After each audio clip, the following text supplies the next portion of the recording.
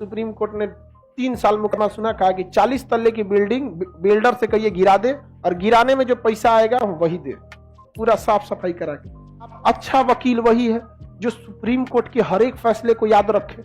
इसलिए किसी वकील के यहाँ जाइएगा ना तो उसके दीवार पे चारों ओर अलमारी रहेगा और मोटका मोटका किताब रहेगा और हर किताब पे ऐसे लिखल रहेगा 2018, बगल में एक और किताब रहेगा 2019, एगो बगल में रहेगा 2020।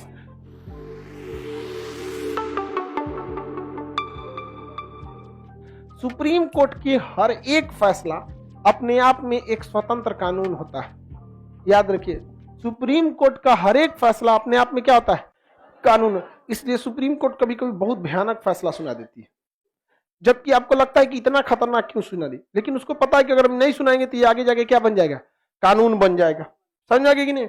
जैसे मान के चलिए कोनो लड़का लड़की भाग गया और सुप्रीम कोर्ट ने फैसला सुना दिया कि लड़का को फांसी दो, गलती लड़के की रहती है, इसमें ऐसे माना जाता है।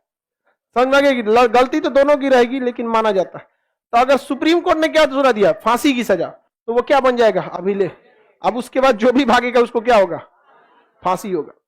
तो सुप्रीम कोर्ट का हर एक फैसला अपने आप में क्या है? कानून है। अपने आप में कानून है।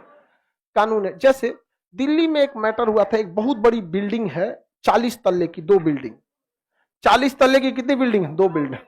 एक्चुअली में यहां पर दिल्ली यहां पे ना जो एमसीडी है, दिल्ली नगर निगम, वो यहां पार्क बनवाई थी। इसने ठेकेदार ने कुछ पैसा खिला के पार्क हटवा के जमीन लिखवा लिया और इस पे 40 तल्ले की बिल्डिंग बना दिया। चले गए सब जो पार्क, जो वहां के मोहल्ले वाले थे लोग सुप्रीम कोर्ट में कि पार्क में ही कैसे बना दिया। सुप्रीम कोर्ट ने 3 साल मुकदमा सुना, कहा कि 40 तल्ले की बिल्डिंग बिल्डर से कहिए गिरा दे और गिराने में जो पैसा आएगा वही दे, पूरा साफ सफाई करा के। आप कहेंगे कि पार्क के चक्कर में ऐसा किया। जज की भी मजबूरी समझिए।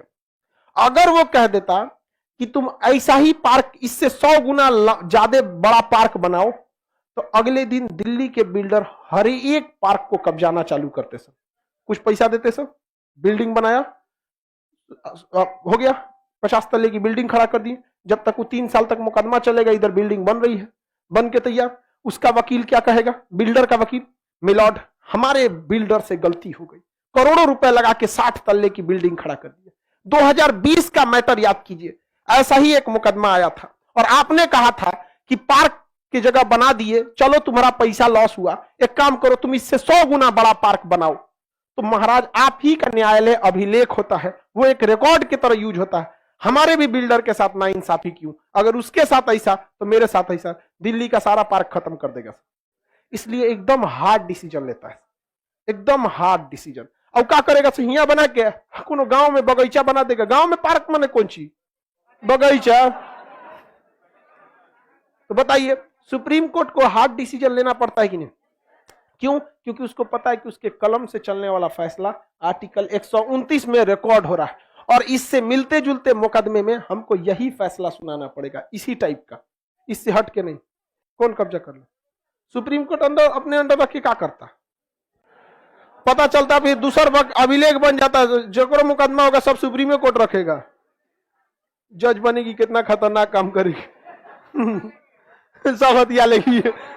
उस हिसाब से अगर संसद में मैटर चल गया, नया संसद भवन बन रहा है, सुनो ध्यान से, हम ये करिए कि तोड़वाया क्या है? कब्जा कर लिया। अगर कब्जा कर लिया तो नया संसद भवन बन रहा है सेंट्रल विस्टा, कुछ पेड़ काटे जा रहे हैं, कोई भाई सुप्रीम कोर्ट में केस करेगा और यही नजीर देगा कि आप जब 40 तल्ला वाला रख लिए थे, संसदों रख लीजिए। बवाल हो जाएगा कि नहीं हो जाएगा? बात समझिए। आपका फैसला क्या बन जाता है? नजीर बन जाता है, रिकॉर्ड बन जाता है, नजीर। आप सब में हर जगह ही नजीर। जैसे आप लोग में भी देखिए, कोई बहुत ज्यादा बदमाशी करेगा, उसको भगा देते हैं कि नहीं? ये अपने आप में क्या है? नजीर। और देखिएगा, उससे मिलता जुलता कौन बदमाशी करेगा, भगा देते हैं। भगाते हैं कि नहीं? क्योंकि वो क्या बन जाता है? अभिलेख। अभिलेख को उर्दू में हम कहते हैं नजीर। क्या कहते हैं? नजीर। नजीर कहा जाता है। नजीर का मतलब होता है इसी से मिलता जुलता। नजीर का मतलब क्या होता है? इससे मिलता, और जिससे मिलता जुलता कोई ना हो उसे कहते हैं बेनजीर। बेनजीर वो कोई चीज बहुत सुंदर हो जिससे मिलता जुलता कुछ ना हो, जैसे ताजमहल। तो ताजमहल अपने आप में क्या है? बेनजीर। उर्दू भाषा है, उर्दू में।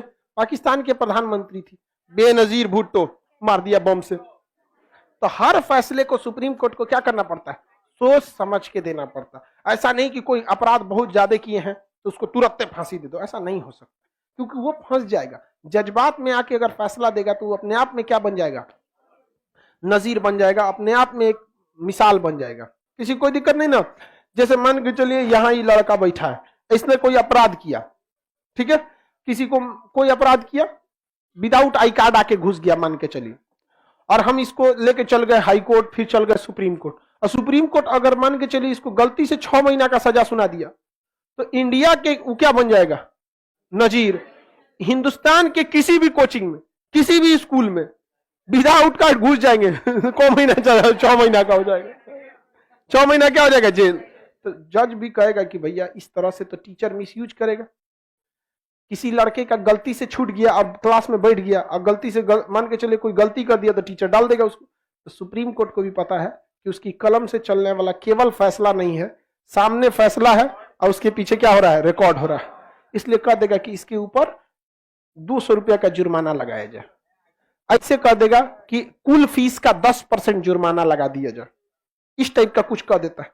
समझ में आ गया कि नहीं आ गया, देना पड़ जाएगा, और नहीं दे तब जेल कीजिए, इस टाइप का सजा सुना देता है। इसका मतलब आप अच्छा वकील वही है जो सुप्रीम कोर्ट के हर एक फैसले को याद रखे। सोचिए, अच्छा वकील कौन, जो सुप्रीम कोर्ट के सब फैसले को याद रखे, क्योंकि सब अपने आप में क्या है, नजीर। इसलिए किसी वकील के यहां जाइएगा ना तो उसके दीवार पे चारों ओर अलमारी रहेगा और मोटका मोटका किताब रहेगा, और हर किताब पे ऐसे लिखल रहेगा 2018, बगल में एक और किताब रहेगा 2019, एगो बगल में रहेगा 2020।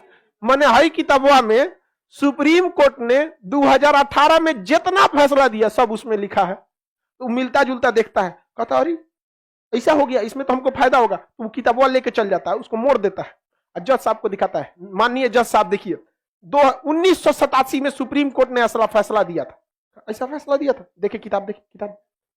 हाँ, जज उस समय थे रंगास्वामी या कुछ भी होंगे, उन्होंने ये फैसला दिया था इस मुकदमे में। कह देगा इसका फोटोकॉपी हमको दे, इसका बता दीजिए, नोट कर दीजिए। तो उसका एगो अर्दली होता है, सब नोट कर लेता है। उसका जज जाता है अपने कमरा में, देखते वकील झूठ ने बोला था, तो देखेगा नहीं सही है, उसी आधार पर क्या सुना देगा, फैसला।